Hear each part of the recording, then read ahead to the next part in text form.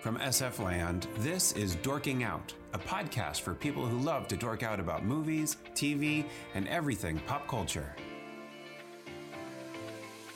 Welcome to Dorking Out. My name is Sonia Mansfield, and don't ever forget, we're losers. We always will be. Joining me is my podcasting sister from another mister and the co-host of Dorking Out, Margo D. Hello, my friend. Hello, my friend. We are dorking out about a new movie this week, you guys. Or I should say my friends. I'm really trying to stop saying you guys. But we are talking about It Chapter 2. And we've kind of been itching to talk about it all week, so we're finally making it happen. Of course, it's based on the popular Stephen King book. It stars everyone and their brother. Margo did a book versus movie about it with Dina from Twisted Philly, and it's a really good episode. But she's had a little time to live with the movie, so we thought it would be fun to talk about it. Because you've read the book, you're kind of a Stephen King super fan. I am a Stephen King super fan. So yeah, I did read the book when it came out. I still have my original copy. I've read it a couple of times. I've also seen the TV movie a whole bunch of times. And then I was a huge fan of Chapter 1. Yeah, I love Chapter 1. Chapter 1 was fantastic, I thought. One of the best adaptations of his work ever. And so Dina and I went in with very high expectations. And our original hot take was we were disappointed with Chapter 2. But since I've had, this is why I don't want to do hot takes anymore so much, because I've had time to think about it. And there's things about it I stand by that I think are kind of messed up or just missed opportunities or something like that. Like the CGI is a little too much and things like that. But there's other things about it I actually do enjoy. And I would like to see the movie again to really sort of maybe even think because the Richie and Eddie. Eddie, thank you. Sorry. You guys, I'm getting over a cold. I'm just barely talking today. But the Richie and Eddie relationship is something I just found a complete delightful surprise. Yes. And I'd like to see it again just for that. Yeah, I think that's actually, I had a somewhat similar reaction. I think I liked it more than you walking out of it, but also realized this movie's very messy. Yes. It's very messy and it's very cluttered. And there's a lot going on, and some of the things don't go anywhere. So I was like, well, that's weird. Why did this disappear from the movie? Or why was this in here at all? And I haven't read the book, and I haven't seen the miniseries since maybe when it was first on. So I don't have, and I hardly remember it. But I love Chapter 1. I rewatched it again before I watched Chapter 2, and I just, super love it and think the kids are so great. And I should mention people starring in this one are James McAvoy, Jessica Chastain, Bill Hader, Jay Ryan, Isaiah Mustafa, James Ransone, and Andy Bean are the adults. And then all the kids are back. And, of course, Bill Skarsgård is Pennywise. And, what was I saying? Oh, when I walked out, I was confused by it. But I also liked it. And I think that Bill Hader and James Ransone are really the heart of the movie, and they're really the MVPs. And that relationship part was very surprising, and I actually think they could have explored it if they could have. It's very subtle, and I'm like, if they could have made it just a little less unsubtle. I think so too, because I even walked out with Dean. I'm like, wait, is Richie gay now? Is he saying that? Does that mean that Eddie is too? And I just, when we did our hot take, when we came home, Dean and I came home the Friday after we saw the movie, the Friday afternoon, I even said to her, so does this mean Richie's gay? Are they both gay? I mean, is that what the whole thing? I could have used another scene with them. I think it could have been just a little bit more, but maybe I'll go back to those scenes when they're in the hammock together and stuff like that. Yes. That's why I want to see the movie again. It's for little things like that. And it'll probably be a lot more obvious to me then. Yeah. The people had beautiful photos drawings on Twitter of fantasizing about them living together with little Pomeranians. And I was like, yes, that's the movie I'd love to see after this, actually. Yeah. Everybody is shipping them. It's very, very cute on Twitter. I'm really enjoying it. And it just makes what happens even sadder. But I was very confused. There was a lot of like where Pennywise is taunting the Richie character, the grown Richie character, like, I know your dirty little secret and things like that. And it is 2016 in the movie, so I'm like, why is he still in the closet? Why does he feel like he can't come out? Like, there's no explanation for that, really. But also, I guess it was just a little too subtle because I'm totally dense and did not. I wondered if that was the secret, but I wasn't sure. And then when he's at the end carving the E in the kissing bridge rail or whatever, I was like, who's E? And my 17-year-old niece is all, Eddie, you idiot. And I'm like, duh, thank you. Totally whoosh, like right over my head, totally dense. So I need to go back and see it. But I texted you after the movie and I was like, I'm still confused about, first of all, I totally missed the gay subtext. Also, I still don't understand the rules of what Pennywise can and can't do. And I still don't understand like what kills him and what doesn't. I didn't understand any of the like Native American ritual, that they were performing. Like all of that. I was like, I don't understand what I'm seeing here. And it seemed like busy, jargony nonsense that I didn't need to understand the movie. I think I didn't know that Pennywise was like an ancient evil that they needed to perform a ritual to kill. Yeah, so that's from the book. Okay. So Pennywise in the book comes back every 30 years, not 27. Okay. And it goes back centuries. And it's sort of those things like when humans start behaving really badly, he picks up their energy. Yes. And it just at different times in history. And they have what in the book called the ritual of Chud or Chud. Forget, I always said Chud. And the Chuds. Chud, yes. And it's just like a system of things that the kids need to do. In the book, the kids and the grown-ups are going back and forth throughout the chapter. Mm-hmm. So at the end, when the kids are vanquishing it and the adults are, it's a little bit different in each one, but you're kind of like, one is really crazy and one makes no sense. So you're just sort of like, okay, I'm just going along with the story right now. And he wisely took away, because in the story there was like a giant spider, there was a turtle. A turtle was a big deal. There's an orgy scene with the children. Oh my God, that's bananas. Which is so horrible.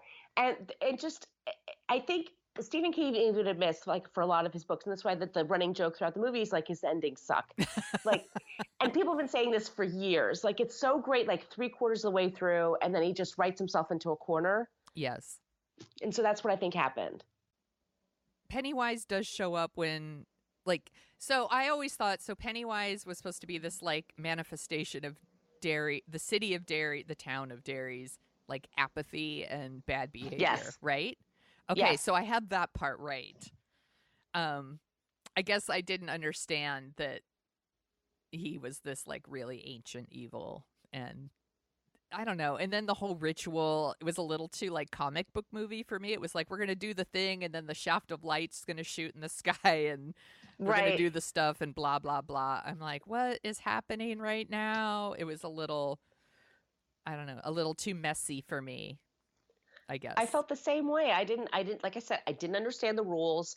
I didn't understand what he was doing. I feel like Mike wasn't given anything to do. Yeah. Like his character was very thinly drawn in the first movie, and it's even worse now. Yes. And Mike is the only one that stayed home, and I don't think there's enough given to the fact that as soon as those kids left, they completely forgot about everything that happened. Right. And they went off to lead very successful lives, but they're very troubled lives. Mike is the only one that stayed.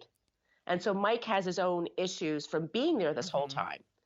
But he did it because he wanted to, and he really cared about them because they're his best friends.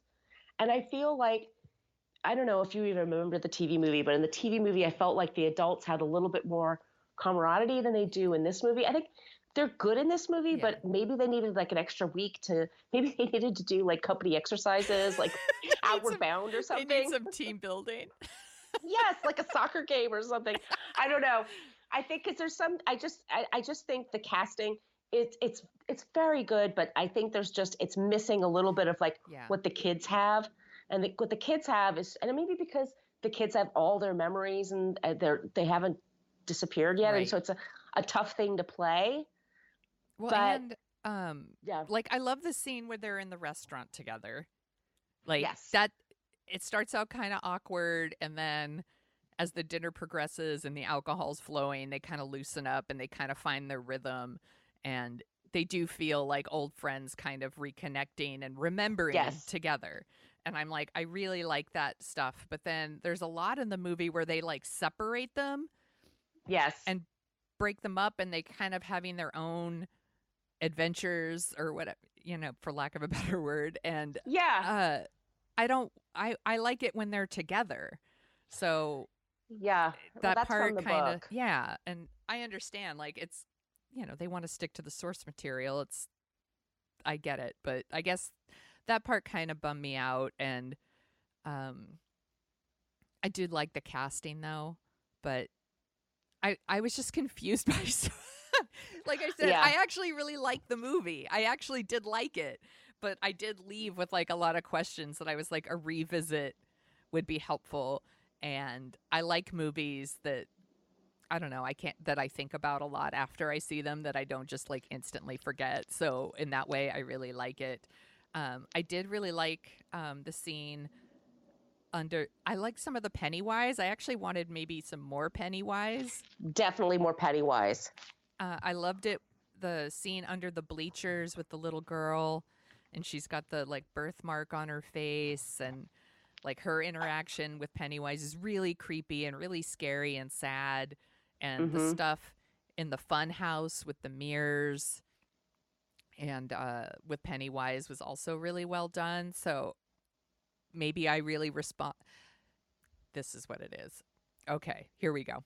So I actually didn't think this movie was as scary as Chapter 1. No. And my new hypothesis that I'm forming is that I think I respond when kids are in danger. And so that part instantly makes me nervous and tense and scared. Whereas with adults, I don't, I'm like, fuck them, they're adults. No, that's not true. But like, I'm not as scared for them because they're adults. So maybe it's just always going to be that way with me with it Chapter 1 and Chapter 2. Maybe I will always just kind of respond to one in a more protective way that makes me scared for those kids. I wasn't as scared in this one. No, I wasn't either. And my problem also was the CGI was just a little bit too much. And I like jump scares. I'm totally fine with jump scares. To me, that's why I go to see a scary movie in a movie theater. I want to scream out loud like everybody else. I want to feel that. And so I'm totally fine. It just was like a little too much CGI, a little too tall, a little too long, the sequence. They CGI'd the kids' faces so they would appear the same age. Right. And sometimes their mouths didn't match what they were doing. They shouldn't have on even, screen. Honestly, they shouldn't have even bothered with that stuff. I think so too. I'm like, it's okay. Like, we understand it. It's movie making. Yeah. I also, you're telling us a story, and we want to be like lost in that story, but like CGI that maybe doesn't work or is a little off takes us out of it. I think we would have been better served if they had just left the kids' faces alone. Yeah. And we know who they are, and we know it's a movie. We know it's not a documentary. Like, it's okay. It's okay. Like, they could be a little bit older.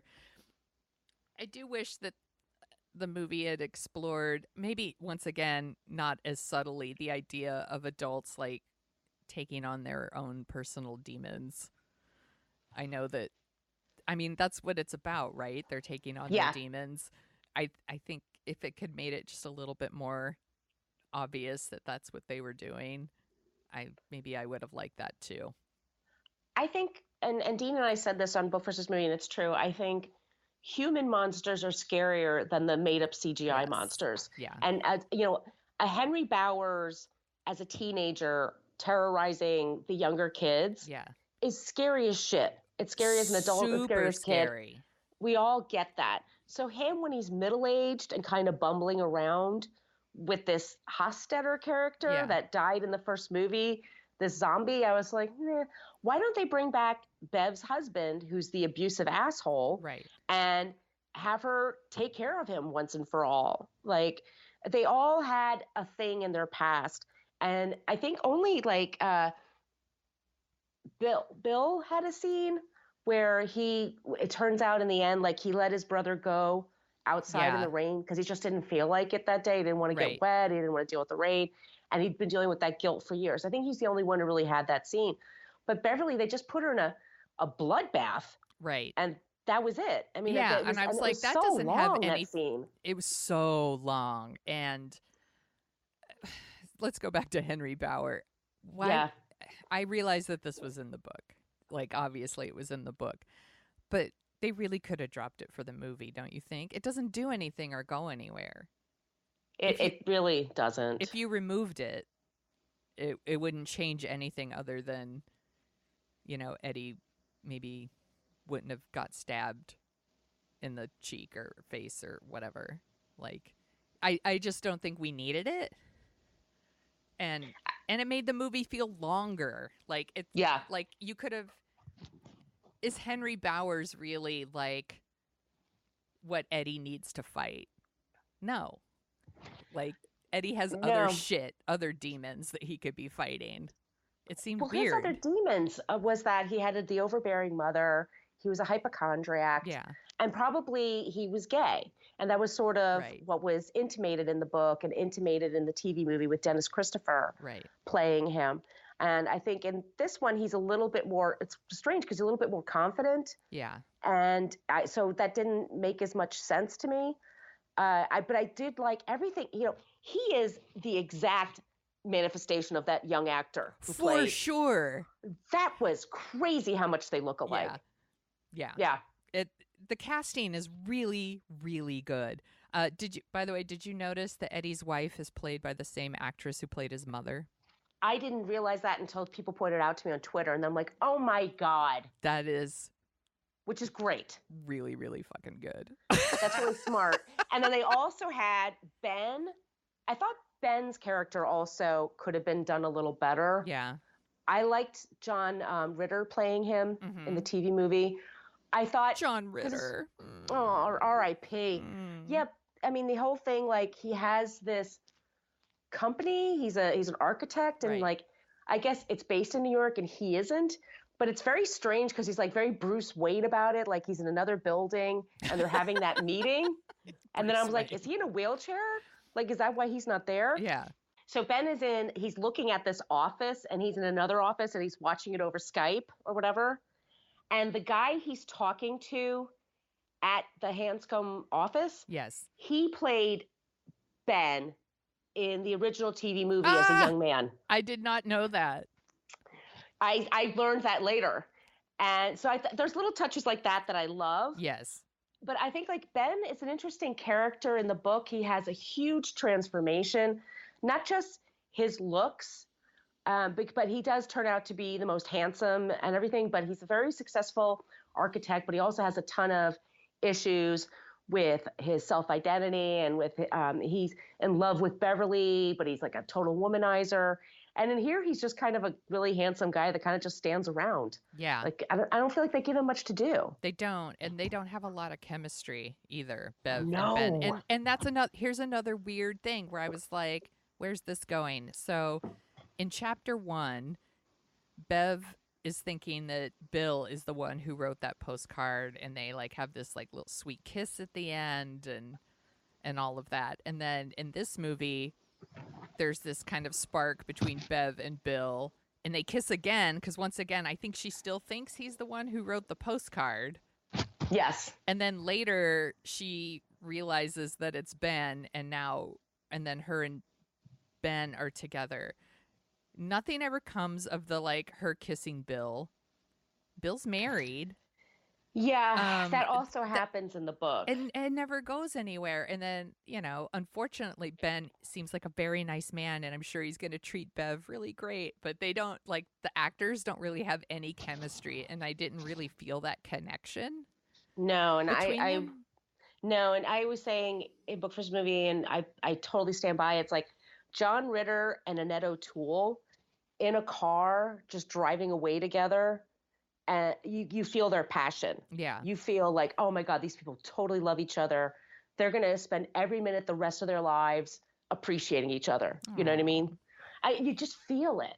And that's directly from the novel. I mean, everybody else in the novel, when they get rid of Pennywise and they go about their lives, they all forget about it. Yeah. And lose their memories once again, including Mike, who stayed behind. And that's why he decides to leave. So it's a little different that they decide to give everybody, let them keep their memories. Yeah. But I felt the same way. I'm like, these are two incredibly good-looking people. Yeah. And I should be like, yeah, get them to make out. Let's do something. And like, I was like, the dog's cute. That yeah. The boat looks nice. Yeah. I mean, but I just didn't feel it. Yeah, I didn't either. And it's just it's weird that they spent, I think, time, the movie's very long, on this like kind of non-existent love triangle. And I'm like, you could have spent more time with Richie and Eddie and maybe like gave us a little bit more context for that. Just so, especially because the end would have hit like the end is already like really heartbreaking for Richie and Eddie. Like, I'm really, really sad. And Bill Hader is an MVP. He is the shit in this movie. And if maybe we could have spent some less time on the heterosexual non-existent love triangle and a little bit more time on building out Richie and Eddie's relationship, that would have been rad. I totally agree. And especially because it's funny because you forget all about her. Like, Bill has a wife and she's an actress and they're on a movie set, Peter Bogdanovich. Yes. And that's his wife. And she plays a pretty big part in the book and in the TV movie. Well, she's there a couple of pages, but anyway, but you're like, do they even like each other? I mean, it's honest to God, like it's weird. Their whole relationship is really strange. Yeah. It's a very strange movie. Like I said, so there's a very like violent gay bashing at the beginning of the movie. Yeah. That's super hard to watch, like really awful. And then there is Pennywise like throughout the movie, like, killing some kids and stuff like that, as he is wont to do. And but then there's like these really weird like comedy breaks where things are like really silly with like, especially like Richie and Eddie like open a door and they see like a Pomeranian and they're like, how cute. And then it turns into a huge it's just like really weird stuff like that where I'm like, what is this movie? It's like, I think they got weird. Bill, it's so messy. They got Bill Hader. And they got Bill Hader and they're just like, well, we got to get as much out of him as we can, which is smart. Yeah. But and I like a mixture of comedy and horror. I'm totally on board with that. But there were sometimes I felt like it didn't work because it's so serious most of the time. Exactly. It's like, here's an awful, awful hardcore gay bashing that ends in, a murder. It's really awful. And then here's Bev like being beat up by her husband, and it's pretty violent and scary. Once again, talking about the idea of human monsters are scarier. And then here's these like random weird comedy beats. It seems a little mismatched. So that stuff was a little weird too. The movie's very messy. I keep coming back to messy. It's a little messy. But I still really liked it. No, I like, the more I think about it, the more I like it. I like how audacious it is. It's taking a ton of risks. And it's going for it. It's going for it, which I totally am on board with. And I totally appreciate. And my thinking is like, all right, well, if you're going to change the last third that much, why not bring Stan out? Why have Stan, right. Like, you know what I mean? Like, if we're going to change it, let's change it. Yeah. And I wish they all got together and all of them killed Pennywise. Like they all figured it out. Versus all of them just yelling at Pennywise. I thought that was lame at the end. Yeah. Well, that's when, I didn't understand the rules. I'm like, oh, we could just yell at him? Yeah. You're a clown. Yeah. What? Well, in that case, my dad would be really great at fighting Pennywise. So, which Pennywise do you like best? Ooh, that's a good question. I love the Pennywise when the kids are watching the slideshow Mm-hmm. in the garage and then he comes through the screen. Yeah. I thought that was scary as shit. And then my other favorite was when young Bev was in her house and she's in the bathroom and like she Mm-hmm. shuts the door away from her father and then boom, there's Pennywise. Like it was like it's a jump scare, but like Yeah. I like those. Yeah. Both of those are really good. The Pennywise when he's interacting with Georgie and the little girl in chapter 2 fucking scares the shit out of me.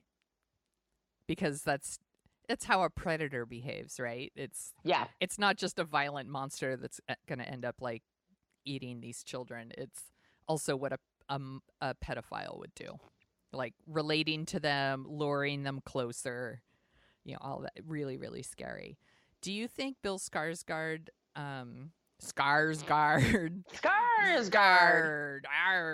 do you think his Pennywise is worthy of Tim Curry's Pennywise? Because Tim Curry's Pennywise is like legendary. Everyone loves it. I love Tim Curry and I like what he does with it. I just don't think he's scary. I think it's fun to watch. It's a fun villain to watch. But like when people tell me as adults, like, oh, that movie still scares me. I'm like, really? I guess they don't see a lot of scary movies because I just find it enjoyable. Yeah. And there's times when he really levitates that movie because the TV movie is very long. Yeah. And kind of boring. It's 1990. It's an ABC TV movie. It's not going to take many risks. Right. Yeah. Let's see. What else did I write down? Everyone should listen to the book versus movie episode, of course, for really detailed differences between all of these. That would be really good. Really smart of you, I mean. Let's see. Did I go through all my notes? I think I did. I went with my sister and her daughters. So Lorelai is 17 and Lucy is 11, and they really, really liked it. Oh, really? Was the 11-year-old scared or no? She didn't think it was as scary as chapter 1. But interesting. Which, by the way, I'm like, aren't you a little young for these movies? But whatever, it's fine. Apparently not, because she sat through it no problem. I think kids these days, they've seen some shit. Yeah, they have. They have YouTube. They have YouTube, man. They can handle this. They seem to really, really like it, though. And I got the fancy pint glass from Alamo, and I'm drinking out of it right now. And it's creepy. It's creepy. It's got like a sticker or something, like a decal on the bottom that like Pennywise is at the bottom of your glass looking at you while you drink. It's creepy. So overall, I did like it. I think I actually really want to see it again. I think I might like it more the second time. And actually, I might like it more now that I've talked to you and understand some of the rules and things. Well, I mean, I don't even know the rules. I don't know if I helped at all. I mean, like I said, they changed it. I think, I think I like it better now that I think about it than I did in the moment. Like when I watched it, it was fine. My friend really didn't like it, and maybe that influenced my kind of take on it. But I kept thinking about it. Yeah. And the stuff I like about it, I really like about it. And it's a big, splashy, messy movie, and I kind of appreciate that. Yeah, I think that's how I feel too. And also, if they want to put Bill Hader in every movie, I'll be fine with that. Yes. I've kind of got a crush on him right now. Oh, I've kind of always had a crush on Bill Hader, to be honest. And then this movie just kind of like really solidified it. Well, he's really handsome. Yeah. He's tall. He's funny. He's very humble. Like, you ever see interviews with him? He's very, very humble.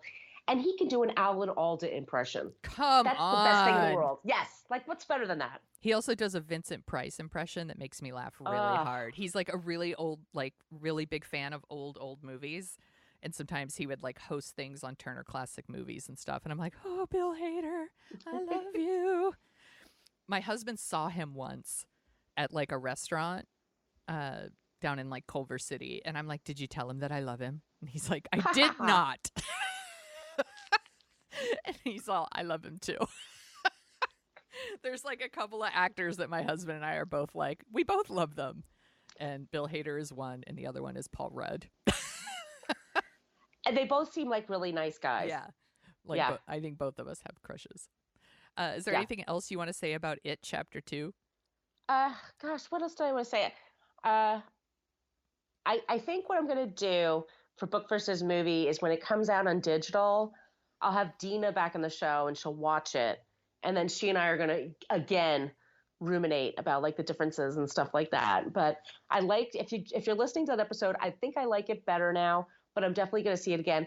And it could be one of those weird things, like at the time I don't like it, and then later on I think it's great. Yeah. I felt like that about The Big Lebowski. Like I that remember is so in the theater, funny. I had the same reaction to The Big Lebowski. The first time I saw it, I'm like, okay, I like the funny bits, but some of this makes no sense. It's too long. I don't get what they're doing. And then about 100 watches later, I'm like, oh, I get it. Yeah. It's not supposed to make sense. It's just, it's random. Yeah. So the first time I saw Big Lebowski, first of all, I love Fargo. Love Fargo. It's like one of my favorite movies. I think it's a perfect movie. So I guess I wanted Big Lebowski to be more Fargo, which is ridiculous because the Coen brother movies are all over the map. They're never the same thing. So that was stupid of me. And I remember seeing it and loving like the performances in it and like some of the jokes, especially like, you know, shut the fuck up, Donnie, you know, all that stuff. And Jeff Bridges is like, mwah, chef's kiss. Like he's so great in it. But it was the same. I was like, I don't understand what's happening here and what does that mean and what's this and blah, blah, blah. And so I was kind of like, it was something to watch. And then you see it again and it all like kind of clicks. So I had the same. Yeah, it could turn into like the horror version of The Big Lebowski for me. I'm willing to put that out there. That it could totally be that. I realize now. That's gonna be the whole summary of this episode. That's gonna be on the DVD box. It's the Big Lebowski of horror. I think that's gonna be on the box. Yes, we're gonna be famous for that. Margo Donahue, Dorking Out show. I love it. I think that's a really good description. What else are you dorking out about? Well, going into the Stephen King universe, The Stand is coming out as a digital on CBS All Access Digital as a summer series next year, and they're casting it right now. Stephen King was on The View, and Whoopi Goldberg is going to play Mother Abigail, which I think is great. That's really good casting. It's excellent casting, and she seems so excited. I haven't read The Stand because, you know, everyone knows I don't. I'm the worst reader ever. But I did see the miniseries. Yeah, I think it's one of my favorite books of his, and I liked the miniseries very much when it came out. Over time, it's dated. It's got some problems with it. But they have Alexander Skarsgård playing the bad guy. They just signed him. Is he just making like all the Skarsgårds, or? I think so. They have a deal with Stephen King? Yeah. Which is not a bad idea. Right. Yeah. So he just got signed. Yeah. Yeah. They must be like, are they created by Stephen King? Or are they related to Stephen King in some way? There's something going on there. Yeah. You can't make a Stephen King thing without a Skarsgård. But that's good casting. Yeah. It's also, I'm sorry, I'm going to put on my glasses. Whoopi Goldberg, James Marsden. Okay. And then Amber Heard. And then Greg Kinnear. Who's Greg Kinnear playing?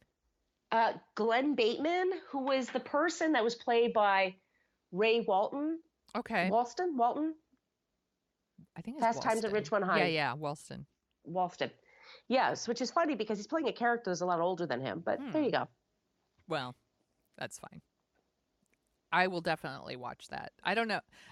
Do I want to pay for CBS All Access? Actually, I'm probably going to end up paying for CBS All Access anyway because they have a new Star Trek with Jean-Luc Picard coming out, and David will totally want to watch it. Oh, and they have deals. You know, check it out. I got a deal. It was like $36 for the year. Oh, okay. Well, that I can.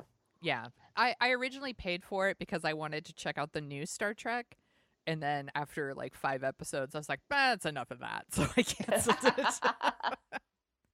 But I know when the new Jean-Luc Star Trek comes out, David will totally want to watch it because he's rewatching Star Trek Next Generation right now. So I will definitely watch that version of The Stand. So as of this recording, I had got a phone alert telling me that Eddie Money had died. And so R.I.P. Eddie Money. And after we're done recording, I'm going to start really dorking out about Eddie Money and listening to a ton of Eddie Money because I'm a fan. He lived here in the Bay Area. I actually don't know if he still lived in the Bay Area, but he was living here in the Bay Area for a long time. So there's like this Bay Area connection. Yeah. And, 2 tickets to Paradise and Take Me Home Tonight. And I love Shaken. It's like one of my favorites. That's a great song. And it's got the video with Apollonia. So cute. She's so cute. She's adorable. Yeah. Everybody drink. So that was really, it's such a bummer. Apparently he had stage 4 cancer and, he's 70 and it was a bummer. But I have a random Eddie Money story. So when I worked at the Regency movie theater in Pleasant Hill, it was little theater, 5 screens, back when 5 screens was a lot of screens. And we were playing the movie Elvira, Mistress of the Dark. Oh my God. And I'm working the candy counter and it was really busy. Not necessarily for Elvira, but like we had 4 other movies playing. So it was kind of the busy time between like 7 o'clock and 8 o'clock, really busy. So I'm like, popping popcorn and filling drinks, grabbing candy and all this stuff. And a guy walks up and he's like, can I get a package of, can I get the Junior Mints? And I was like, sure. And I was like, dude, that dude looks just like Eddie Money. That's hilarious. And like ring it up and send him on his way. And I said to like one of my coworkers, I was like, that dude looked just like Eddie Money. Isn't that hilarious? And he's all, you dumbass. That was Eddie Money. He lives in Lafayette or something. And he came to see Elvira, Mistress of the Dark. I love all those references. So I one time sold Junior Mints to Eddie Money. Humble brag. But he was nice. And he was super nice. Nice. But the thing is, like, nobody bothered him. Nobody was like, oh my God, there's Eddie Money, blah, blah, blah, blah, blah. Like, none of that. Like, he came in, he bought his Junior Mints. Theater was crowded. Like, I can't believe nobody noticed him. And he saw Elvira, Mistress of the Dark, and I'm sure he loved it, because come on. He's not some monster. Of course he loved it. So that's my random Eddie Money story. And now I'm gonna go listen to a ton of Eddie Money after this. So, R.I.P. Eddie Money. R.I.P. dude. Where can people find you on the internet, Margo? You can find me on social media at Brooklyn Fitchick. That's for Facebook, Twitter, and Instagram. And my blog is brooklynfitchick.com. And Sonia, they should also know that we co-host the show What a Creep, where we talk about creeps. So check us out wherever you get your podcasts. And where can they find you? You can find me at thesoniashow.com and The Sonia Show on Twitter and sometimes on Facebook, but not really because Facebook's kind of evil these days. I don't go on there too much except to promote the podcast. So whatever. Anyway, but I am active on Twitter. Not that Twitter's not evil too. Damn it. I can't win. Anyway, you could find me there and you could find Dorking Out at dorkingout.com and Dorking Out Show on Twitter. And like I said, sometimes Facebook. And of course, if you want to go to Apple Podcasts and give us a review, that would be rad because most of our reviews are still for the old host, you guys. And Margo's been on here for like a year. And I know you super love her. So go and give us a good review. And if you want to say something bad, just fuck off with that shit. Don't give us a review. And we'll talk to you guys next week. You'll float down here too.